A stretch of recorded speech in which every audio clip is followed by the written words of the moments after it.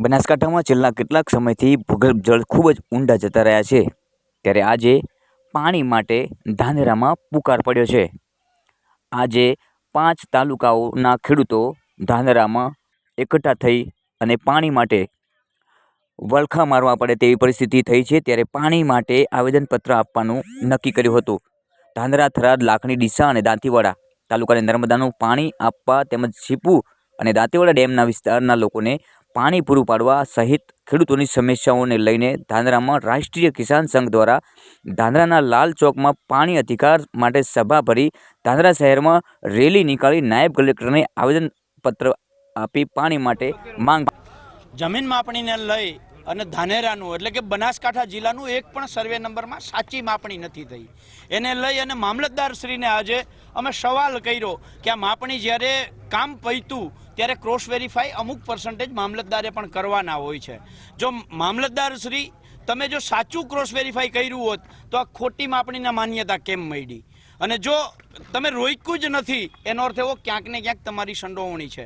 મામલતદાર સાહેબને ખુલ્લી ચેલેન્જ કરી કે આખા ધાનેરા તાલુકાની અંદરથી માત્ર 25 સર્વે નંબરને તમે પસંદ કરો, એમાંથી 5 સર્વે નંબર ભૂલ વગરના કાઢી દો, પણ મામલતદાર સાહેબ મૌન રહ્યા, કોઈ જવાબ ન આપ્યો। એનો અર્થ એવો કે ક્યાંક ને ક્યાંક આ ખોટી જમીન માપણીમાં સરકારી અધિકારીઓએ જે મંજૂરી આપી છે, માન્યતા આપી છે, એની પાછળ આજે ખેડૂતો હેરાન અને પરેશાન થઈ રહ્યા છે।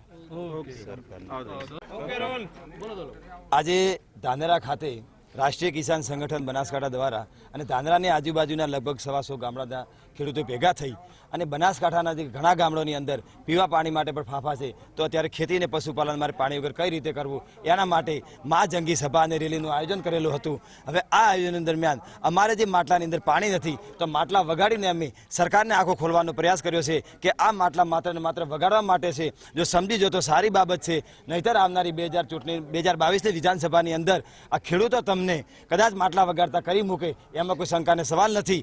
અને આજે જ અમે મોટી સંખ્યામાં ખેડૂતો ભેગા થઈ અને નાયબ કલેક્ટરને પણ આવેદનપત્ર આપ્યું છે કે અમારા બનાસકાંઠા જિલ્લામાં જે પાણી રહિતના જે વિસ્તાર છે એને પાણી આપવામાં આવે, કે કોઈ પણ નર્મદા કેનાલ આવે કે નવી કોઈ પણ વસ્તુ આપે, અને અમને જો પાણી આપવામાં નહીં આવે તો 2022ની ચૂંટણીની અંદર કંઈક નવા જોનીના એલાન થશે એ નક્કી જ છે।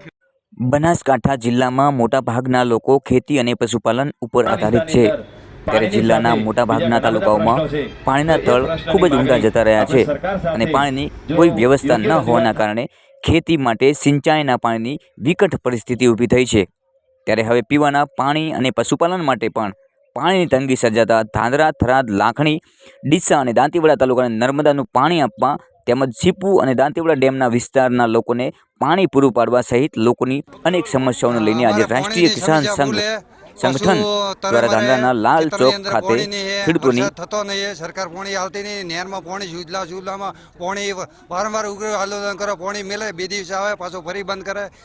સરકાર બેરી થઈ ગઈ છે, સરકાર હોભળતી નહીં અમારું જરાય, અને ખેતરમાં વાવો એ ઉગતો નથી, અને પાણી દર વખતે ઊંડા જતા રહે। બોર 1000 ફૂટના થઈ ગયા છે, હાલ લગભગ બોર કરવા જઈએ તો 8 થી 10 લાખ ખર્ચો થાય, એટલો ખર્ચો અમારાથી થાય એમ નહીં, અને સરકાર કદાચ અમારું હોભળતી હોય તો પાણી મૂકે તો સારું। આજે રાષ્ટ્રીય કિસાન સંગઠન દ્વારા ધાનેરાના લાલ ચોક ખાતે ખેડૂતોની પાણી અધિકાર સભા યોજાઈ હતી, જેમાં કિસાન નેતા પાલા આંબલિયા સહિત અનેક ખેડૂત નેતાઓ અને ખેડૂતો ઉપસ્થિત રહ્યા હતા। ધાનેરાના ધારાસભ્ય પણ ઉપસ્થિત રહ્યા હતા। તાલુકાઓમાં સિંચાઈના અને પીવાના પાણીની માંગ કરી હતી અને ત્યારબાદ ખેડૂતો ધાનેરા શહેરમાં રેલી નીકાળી ધાનેરા નાયબ કલેક્ટરને આવેદનપત્ર આપવા પ્રાંત કચેરી પહોંચ્યા હતા, જ્યાં ખેડૂતોએ પ્રાંત કચેરીમાં માટલા ફોડી નાયબ કલેક્ટરને આવેદનપત્ર આપી પાણી માટેની વ્યવસ્થા કરવાની માંગ કરી હતી અને ચીમકી પણ ઉચ્ચારી હતી, જો ખેડૂતોની પાણીની સમસ્યા ઉકેલવામાં નહીં આવે તો આગામી સમયમાં ઉગ્ર આંદોલન કરશે।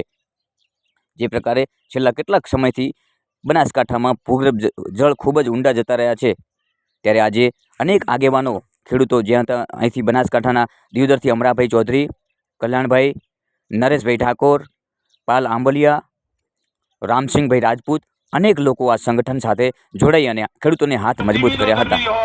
ડાયાબિટીસનો દર્દી હોય, અડધું ખાવા હાલે, પોદરા ફૂલનું ઢોર હોય, એવા પોદરા ફૂલના ઢોર જેવા બધા અડધા ભૂખ્યા અડધા ભાત ધરાડા, એટલે ભૂખ્યા અડધા ભૂખામાં ન વળો તમે ડીલે ન થાવ મતમલા ન થાવ થાકેલા, આવી આપણી જિંદગી બનાવી દીધી છે।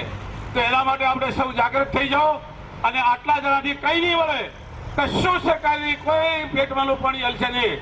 આજે મીડિયાના મિત્રોને કહું છું કે આપ પણ ખૂબ સહકાર ખેડૂતોને આપજો. ફરીથી બીજી વખત આવું કોઈ આંદોલન કરવાનું આવે એનાથી 4 થી 5 ગણા ધાનેરાની બજારના રસ્તાઓ ભરાયેલા હોવા જોઈએ. હું જે વસા ગામ છે, જે દિયોદર તાલુકાના વખા ગામમાં જે કર્યું છે એના આગેવાનોને હું ખૂબ ખૂબ ધન્યવાદ આપું છું. હું પોતે પણ ત્યાં ગયો હતો, હું જાતે જોઈને આવ્યો હતો. અને તમે અહીં એટલા બેઠા એટલે તો બહેલાથી આવ્યા હતા અને દાંતરડા લઈને આવ્યા હતા. તો બધી એટલા બહેરા જોવા આવ્યા હતા, તમે શું આવ્યા છો એ તો વિચાર કરો. ગામમાં ખાધું, રાવણું હતું, રાવણામાં ગયા, કાં તો કોકના ત્યાં મોતમાં ગયા, ખાધું અને બપોર પછી પાણીના 2 ફુવારા આવ્યા તો 2 ફુવારા સંતોષમાંથી બહી રહ્યા. આજની તારીખમાં ઘણા ગામના ધાનેરા તાલુકા આજે મોટી ડુંગરનો ટેલિફોન હતો કે સાહેબ ટેન્કર મોકલો. ઘણા ગામડો એવા છે, હેડાલ કાફડીનું ગામ છે, ત્યાં ટેન્કર મોકલીને પાણી પીએ છે. આ પરિસ્થિતિ છે, પણ હેડાલના માણસો અહીં નહીં આવ્યા હોય, ગમે એટલું ભાઈ કાગે ભોગળું વગાડ્યું છે, ગામડા જઈને સંદેશો આપ્યો છે, પણ અહીં નથી આપવું. તમે નહીં આવો તો દુઃખી તમે થશો. માટે મારે પાણી માટેના જે 2 શબ્દો કહેવાતા એ મેં કહી દીધા છે. આજની તારીખમાં આપણા માટે કોઈ પણ ભરમા આવે, કોઈ પણ કઈ વાત કરે કે તમારા તળાવ